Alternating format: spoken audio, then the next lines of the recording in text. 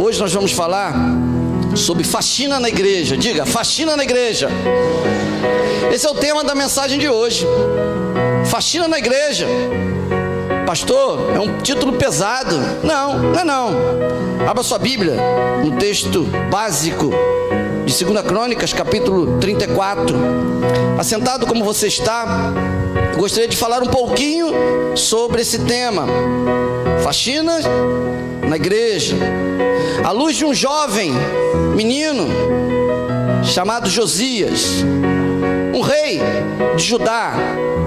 Diga-se de passagem que foi um rei que ainda menino foi homologado como rei, e com apenas 8 anos de idade ele recebeu o título de rei para liderar Judá. 2 Crônicas 34, verso 1, diz assim na minha Bíblia: Josias tinha 8 anos de idade quando começou a reinar, e reinou 31 anos em Jerusalém. O verso 2 diz que Josias fez o que o Senhor aprova. Josias andou nos caminhos do Senhor, andou nos caminhos de Davi, seu predecessor, sem desviar-se nem para a direita, nem para a esquerda. No 8º ano do seu reinado, Josias, sendo ainda muito jovem, começou a buscar o Deus de Davi. No 12º ano, começou a purificar Judá, a Jerusalém, dos altares dos ídolos. Verso 4: sob as suas ordens foram derrubados todos os altares de Baal. Verso 5: depois queimou os ossos dos sacerdotes sobre os altares, purificando assim Judá e Jerusalém. Verso 8: no 18º ano do seu reinado, ele purificou o país, ele purificou o templo e restaurou o templo do Senhor, o seu Deus. Verso 10: confiaram a prata aos homens nomeados para supervisionarem a reforma do templo. Pagaram trabalhadores que faziam reparos no templo. Verso 12: esses homens fizeram o trabalho com toda fidelidade. Eram dirigidos por homens levitas. Todos os levitas sabiam tocar instrumentos musicais. Verso 13: estavam encarregados dos operários, supervisionaram todos os trabalhadores em todas as funções. Os levitas eram secretários, eram oficiais e eram porteiros. Verso 14: recolheu a prata. E de repente, no verso 14, o sacerdote Uquias entregou o livro da lei do Senhor, que havia sido dado por meio de Moisés. E no verso 15, entregou a Safã. No verso 16, Safã leu o livro. No verso 19, entregou o livro para Josias. E Josias rasgou as suas vestes, mandou consultar o Senhor. No verso 21, e então o profeta de Deus começou a dizer o que o livro estava dizendo. Verso 21: a ira do Senhor sobre nós deve ser grande. Os nossos antepassados não obedeceram à palavra do Senhor, não agiram de acordo com tudo que está escrito neste livro. E eu pulo lá para o finalzinho do capítulo 34. Veja lá, no verso 31. Ele fez uma aliança com o Senhor, tomou o seu lugar na presença do Senhor, fez uma aliança, comprometeu-se a seguir o Senhor, a obedecer de todo o coração, toda a alma, os mandamentos do Senhor. Verso 32: depois fez com que todos de Jerusalém e Benjamim se comprometessem numa aliança com o Senhor. Verso 33 diz que Josias retirou todos os ídolos detestáveis de todo o território dos israelitas e obrigou todos que estavam em Israel a servir ao Senhor, o seu Deus. E no finalzinho do verso 33 diz: enquanto Josias viveu, o povo não deixou de seguir o Senhor, o o Deus dos seus antepassados. Amém? Que Deus possa abençoar essa palavra linda aos nossos corações. Amém? Meu querido, nesta noite eu gostaria de compartilhar com você de forma muito objetiva acerca de Josias. Eu vou dizer como foi a minha vida. A vida do Denilson: eu nasci em Nova Iguaçu, na Baixada Fluminense, vocês sabem, torcedor do melhor time do Brasil, Fluminense, que por sua vez ganhou do Flamengo esses dias. E lá na Baixada Fluminense, meu querido, eu soltava pipa, jogava bola, eu quase era um menino de rua. Mas a minha mãe me criara nos caminhos do Senhor. Mas o pior dia para mim era no domingo, porque eu não podia jogar bola, porque a minha mãe fazia com que eu estivesse na escola bíblica dominical. Eu não podia soltar pipa, porque eu tinha que baixar a pipa à tarde do domingo, quando estava cheio de pipa para soltar. Ela falou: não, você vai para a igreja. Eu fui criado pela minha mãe nos caminhos do Senhor. Embora o meu pai não era cristão, mas ele deixava com sabedoria que minha mãe conduzisse. E hoje eu estou aqui porque a minha mãe me criou nos caminhos do Senhor. E a Bíblia diz: ensina um menino no caminho que deve andar, e até quando envelhecer, não se desviará dele. Por que eu estou falando do meu testemunho? Porque com 8 anos de idade, eu era um cabeça de vento, meu irmão. Eu não tinha nada na cabeça. Eu tocava fogo no terreiro baldio, tacava pedra na vidraça dos outros, roubava o pininho catava, né?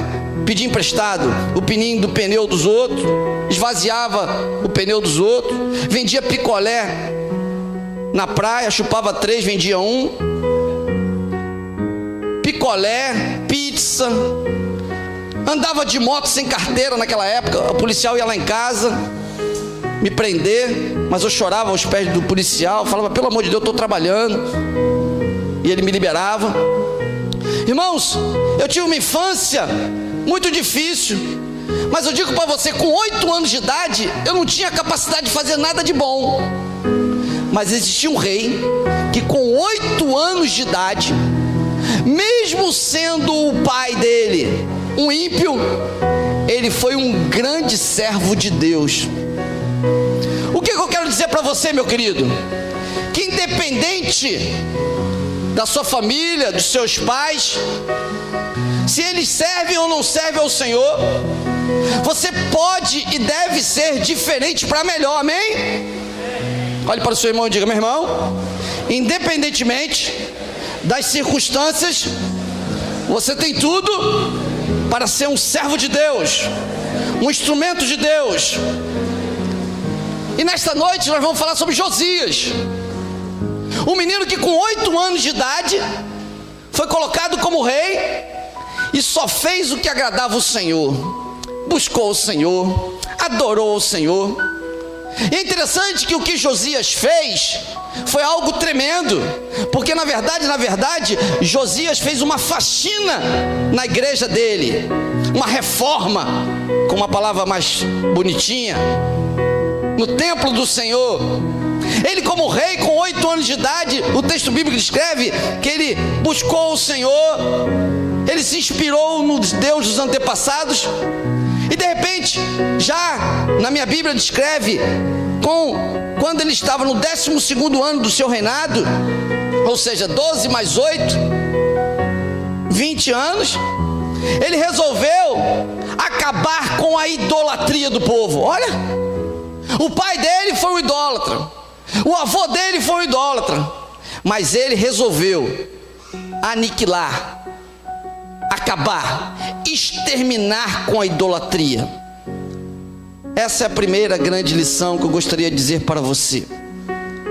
De fato, de direito, em primeiro lugar, ele buscou o Senhor, ele investiu. A palavra de Deus diz: buscar-me-eis e me achareis quando me buscar de todo o vosso coração. Ele buscou, ele investiu. E logo em seguida, em segundo lugar, ele aniquilou, ele acabou, ele exterminou com a idolatria. Pastor, o que vem a ser idolatria? Quando surgiu a idolatria? A idolatria surgiu há muito tempo atrás. O pai de Abraão, Tera, já era idólatra. Josué diz que ele servia vários deuses Diga-se de passagem que em Gênesis nós temos um momento em que o povo falava uma linguagem só e resolveram construir uma torre, a torre chamada de Babel. E o texto bíblico descreve que eles resolveram montar uma torre para que eles pudessem ser conhecidos por todos. Aquela torre não era apenas uma torre, não era uma construção, mas o povo queria aparecer, o povo queria reverenciar a ele próprio. E Deus olhou e falou: não é bom que o povo faça isso. E a partir daquele momento, Deus, olhando de cima, disse: cada um terá a sua língua, cada um terá o seu idioma, porque o povo unido não está me adorando, o povo unido está idolatrando. A idolatria começou lá. E lá, com Moisés, em Êxodo 20, Deus instituiu, decretou nos 10 mandamentos. O primeiro mandamento é: eu sou o Deus Todo-Poderoso. Êxodo 21, não existe outro Deus além de mim. E depois diz: não terás outros deuses diante de mim. Primeiro mandamento. Segundo mandamento: não farás para ti imagem de escultura. Meu querido, desde o início Deus falava que o monoteísmo era aquilo que ele queria, mas as nações pagãs queriam experimentar o politeísmo. E Deus dizia para todos: eu sou o único, não existe outro Deus além de mim. Mas desde a história, desde a criação, o povo queria ir para o outro lado. Pastor, e na igreja primitiva? Na igreja primitiva, Paulo, quando entrou no Areópago, lá em Atenas, ele falou, no local em que tinha um espaço, ele disse: Deus desconhecido eu conheço. E ele, Paulo, ele declarou que o único Deus que ele conhecia era o Deus Todo-Poderoso. O próprio Paulo disse em 1 Timóteo 2,5: há um só Deus e um só mediador entre Deus e os homens. Quem é? Jesus Cristo, homem. Aí você pode pensar: mas pastor, como que a idolatria chegou até nós hoje? Constantino, no ano de 323 depois de Cristo, ele na verdade, ele passou a utilizar práticas pagãs dentro da igreja. Aqueles que estavam sendo convertidos do paganismo estavam entrando na igreja cristã, estavam trazendo práticas pagãs para as igrejas. E aí, a partir desse momento, o cristianismo passou a ser recheado de idolatria.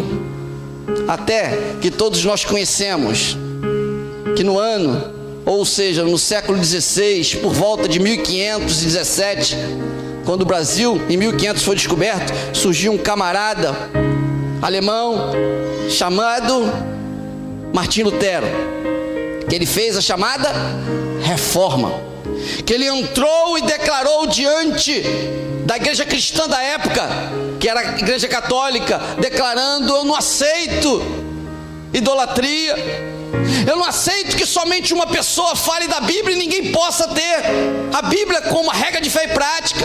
E ele colocou as 96 teses de Lutero. E a partir dali, houve a reforma, uma mudança. Ali surgiram os protestantes, porque até então, a igreja católica, que era a igreja cristã, passou a adotar as práticas romanas e passou a ser católica romana. Nada contra os católicos, mas eu quero dizer para você, meu querido, que ali houve uma ruptura, porque na verdade, cristianismo é um cristianismo sem idolatria. Deus não aceita idolatria. Idolatria é você adorar outra coisa, outra pessoa, ou uma coisa que não seja Deus. Você pode dizer: mas pastor, eu tenho meu Deus Jeová como único Deus. Sim, mas ele é o único Deus seu? Muitas das vezes a gente idolatra o trabalho, muitas das vezes a gente idolatra a família, o cônjuge, o dinheiro. Por isso, Nesse contexto, há muitos anos atrás, Josias reúne e faz uma faxina naquela igreja e diz assim: olha, a idolatria é algo abominável, Deus não aceita idolatria. Tem cristão, tem evangélico que adora o Senhor, glorifica a Deus, mas tem o seu santinho. Tem cristão que adora a Deus, mas quando vê uma escada não passa por baixo da escada porque acha que aquilo vai dar azar. Tem cristão que adora a Deus, mas na hora do time de futebol usa a mesma camisa porque vai dar sorte com aquela mesma camisa. Tem cristão que está aqui, mas na virada de ano usa roupa branca para ter paz, vermelho para ter uma vida conjugal boa, cheio de mandinga, cheio de coisa do mundo, um politeísmo infiltrado dentro da igreja. Tem gente que vende rosa, vende água do Jordão, a areia do Mar Morto. Idolatria. Nós estamos trazendo as coisas do mundo para dentro da igreja. E Josias, ainda menino, ele fala assim: não é isso que papai quer, não é isso que Deus quer. Vamos adorar somente o Senhor Deus. E esse Josias, ele abandona a idolatria, ele aniquila, ele extermina, ele acaba com tudo. E ele não para por aí, mas ele avança, além de buscar, além de acabar com a idolatria. Você vai ver nos versos seguintes que ele repara o templo. Ele chama os sacerdotes, chama os levitas e fala assim: vamos recuperar o templo. Isso é bom. O templo naquela época significava a morada do Senhor. Igreja somos nós. Ele reparou, ele fez o de que melhor. Ele pegou a prata que todo mundo dava como dízimo e oferta e estava lá estocada, ninguém administrava nada. Ele pegou, administrou, falou, e o texto bíblico é tão claro que ele fala assim: você toca instrumento? Legal, então vai trabalhar. É igual no quartel, a gente chega lá na hora de recrutar os soldados. Vem cá, você faz o quê? Você mexe com computação, pra cá. Você mexe com o quê? Com fiação, pra cá. Você mexe com o quê? Mexe com... Então você que computação pega... Você tem carteira de motorista? Pra cá. Pronto. Carteira de motorista, pega o carrinho de mão, vai capinar. Você que tem computação, pega a enxada. Você que... No início é assim. O camarada entra, mas ele primeiro tem que ralar. Ele tem que primeiro suar. Josias falou: você toca instrumento? Vai trabalhar no templo. Você toca aqui, descreve que ele colocou todo mundo, os levitas, todo mundo trabalhando, pegando mão na massa, lava banheiro, lava o chão, faz isso, faz faxina. E é bom. Ele fez com carinho. E de repente naquela faxina em que todo mundo estava limpando, reparando o templo, tudo legal, todo mundo feliz, adorando, glorificando. De repente levanta um camarada e fala assim: olha, embaixo de um prato achei um livro, achei um rolo. Aí levanta, é o rolo da lei. O rolo da lei de Moisés estava perdido durante anos, ninguém lia. É a próxima lição. Todos estavam ali e ele começa a valorizar a lei. O trabalho é importante, a obra é importante, limpar a cadeira é importante, varrer a cadeira é importante, o chão, mas mais importante é valorizar a lei. Eu falei para vocês que eu passei por uma igreja que um jovem estava lá na igreja e queria só cantar na frente de todo mundo. Aí foi para outra igreja e lá na outra igreja ninguém deu lugar para ele. Ele falou: pastor, quero voltar. Eu: muito bom, meu filho, volte, mas agora você vai num novo ministério. Qual, pastor? Qual o ministério? Ministério da vassoura. Pega a vassoura ali e vai varrer. Pastor, mas eu sou do louvor. Isso, mas agora você vai participar do ministério da vassoura. Mais importante do que o trabalho é você reconhecer que o trabalho dignifica, mas te ensina. A lei é fundamental. E ele, Josias, ele começa a valorizar a lei. Quando a lei foi achada, o rolo foi achado, ele abre, chama o homem da lei, o levita, chama Ilquias e lê a lei, reúne todo mundo e valoriza a lei. Uma história que eu muito gosto, desde menino, é a história de Voltaire. Voltaire é um francês que, na verdade, filósofo, inteligente, um cara acima da média, e ele declarou em alto e bom tom para todo mundo, falando: olha, em 100 anos não existirá Bíblia. Em 100 anos as Bíblias estarão apenas nos museus, porque a Bíblia está ultrapassada. Coitado. 50 anos depois que ele morreu, a Sociedade Bíblica de Genebra comprou a casa dele, e a casa dele passou a ser um local de impressão de Bíblias e de distribuição. Em menos de 50 anos. Sabe por quê? Porque a palavra de Deus jamais se acabará. Ela permanecerá, porque o nosso Deus é o Deus da palavra. Valorizar a lei é algo essencial que Josias fez. Você valoriza a lei de Deus? Você tem um prazer em estudar a Bíblia? Eu não vou perguntar aqui você não, meu querido, mas quantos versículos você lê por dia? Quantos capítulos você lê por dia? Lá em casa eu já instituí. O Ramon chegou aqui agora, vai ter que ler a Bíblia toda nesse ano, amém, Ramon? Senão a partir de amanhã não tem nem almoço, meu filho, amém? É assim. Ele, tá bom tio, tá bom tio. Amados, o amor à lei de Deus, Josias fez isso. E para finalizar, além de valorizar a lei, ele reúne todo mundo e ele celebra uma aliança com o Senhor. Ele reúne todos do povo e fala assim: ó, nós pecamos, os meus antecessores, os meus pais e avós deixaram de valorizar a lei de Deus, não buscaram o Senhor, idolatraram outros deuses, não repararam o templo, não valorizaram a lei, mas eu determino. Aí ele determinou, eu determino, é ordem. Veja na sua Bíblia, lá no versículo seguinte, no versículo 33, ele diz: Josias retirou todos os ídolos e obrigou todos em Israel a servirem ao Senhor. Ele obrigou. Ah, pastor, mas o nosso país é laico. É, mas a minha casa, quem comanda sou eu. Quando eu estava em Salvador, eu já falei isso e escrevi no Pão Diário. Eu fui no hotel, que eu era auditor, um hotel de Salvador, e lá nos quartos tinha Exu, Pombagira, o nome dos quartos, assim, na porta do quarto. Eu falei: rapaz, vou procurar um melhorzinho aqui.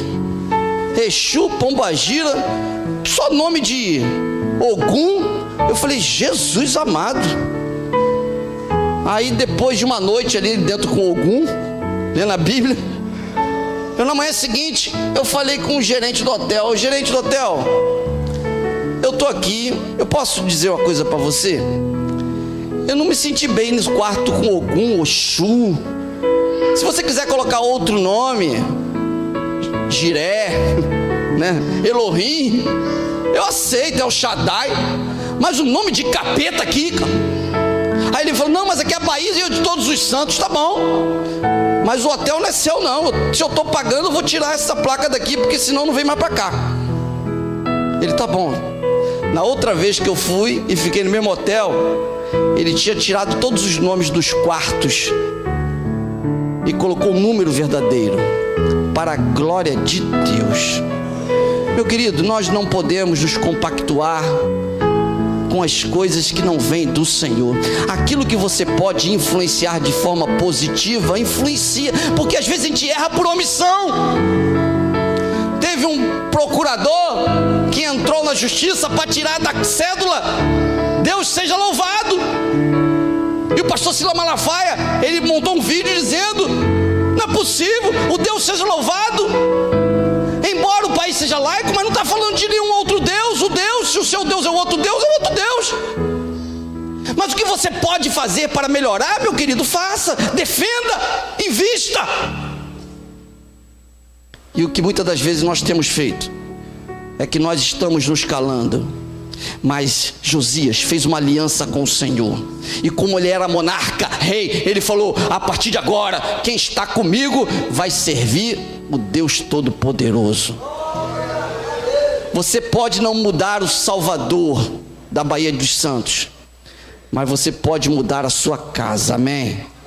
Você pode mudar a sua repartição, amém? Você pode mudar o seu bairro. Você tem essa função, você tem essa missão. A faxina tem que ser feita por todos nós. Josias, um homem que buscou o Senhor, um homem que abandonou a idolatria, um homem que reparou o templo do Senhor, um homem que valorizou a lei, um homem que de fato e de direito fez uma aliança com o Senhor. E nesta noite eu pergunto a você, meu querido, como está a sua atitude diante das situações que você tem passado? Como você está agindo? Josias, com 8 anos de idade, fez a diferença. Quantos anos você tem? O que você tem feito para que o Evangelho, que é o poder de Deus para a salvação de todo aquele que crê, possa expandir para as outras pessoas? Eu elenquei algumas ideias aqui, e a primeira é que tradições perversas precisam ser quebradas. Segundo, afastar-se de Deus é uma tendência antiga. Afastar-se de Deus é a raiz de todos os males. Afastar-se de Deus é uma tendência moderna. Mas Josias, diante de tudo, diante de todos, aparece como um dos nomes na genealogia de Jesus em Mateus 1. Ele fez a diferença. Josias acreditava que grandes transformações eram possíveis quando estamos no centro da vontade de Deus. Por que a gente não age como Josias? Por que nós estamos vivendo um cristianismo apático, onde existe um santinho em nossa casa, onde nós buscamos a mãe para que peça ao filho? Se existe somente um mediador entre Deus e os homens, que é Jesus, muitas das vezes nós estamos mergulhados no mundanismo. A pós-modernidade está aí. Tem gente que se mata por time, tem gente que se mata por partido político, tem gente que se mata por objetivos pessoais, mas não é capaz de fazer como Josias, buscar ao Senhor incondicionalmente, abandonar toda e qualquer idolatria, que é um pecado detestável do Senhor. Deus não aceita desde o início, meu querido. Não repara o tempo. Tem gente que acha que as igrejas estão falidas. Muitos estão aí culpando a Deus. Na verdade, a igreja jamais será falida, porque a igreja foi criada pelo Senhor Jesus, e quando Jesus cria alguma coisa, jamais vai à falência. Mas é bem verdade que tem problemas, tem dificuldades, mas precisamos solucionar isso. Josias tinha isso. Paulo reparou. A igreja da Idade Média também estava passando por isso. Nós não podemos jogar a toalha. Nós precisamos mudar isso, fazer uma faxina geral, uma nova reforma, uma reforma evangélica nos dias atuais. Nós não podemos viver como aqueles que não estão em outros países que eu viajei. Cristianismo onde não existe compromisso, onde não existe vida, onde é um hobby. Não é isso que Jesus quer de nós. Jesus quer que busquemos a Ele em espírito e verdade. Jesus quer que a gente abandone o pecado, em princípio, principalmente a idolatria. Ele quer que a gente repare o templo, faça o melhor para o Senhor. Ele quer, meu querido, que a gente valorize a lei do Senhor. Hoje nós temos Bíblia de 10 reais, de 15 reais, de 20. Tem Bíblia no celular, tem Bíblia linguagem de hoje, tem Bíblia em inglês, tem Bíblia em francês, tem Bíblia para tudo. E tem gente que não lê a Bíblia. Tem gente até que idolatra a Bíblia, tem a Bíblia ali assim, bonitinha na cabeceira, no Salmo 23, como se a Bíblia desse sorte. A Bíblia é para ser lida, é para ser aplicada.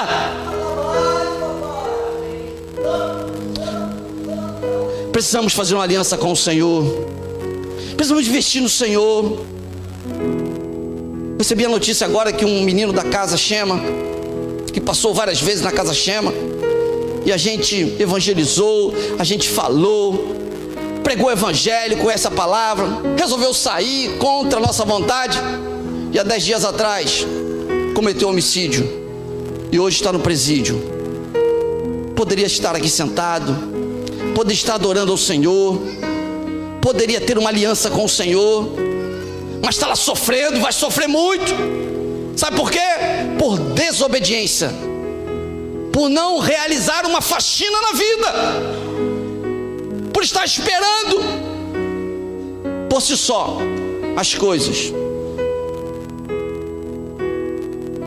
Faxina na igreja precisamos fazer, à luz de Josias, buscando ao Senhor, abandonando a idolatria, reparando o templo, valorizando a lei e realizando uma aliança com o Senhor. Faça isso, faça uma faxina na sua vida, e que Deus possa te abençoar.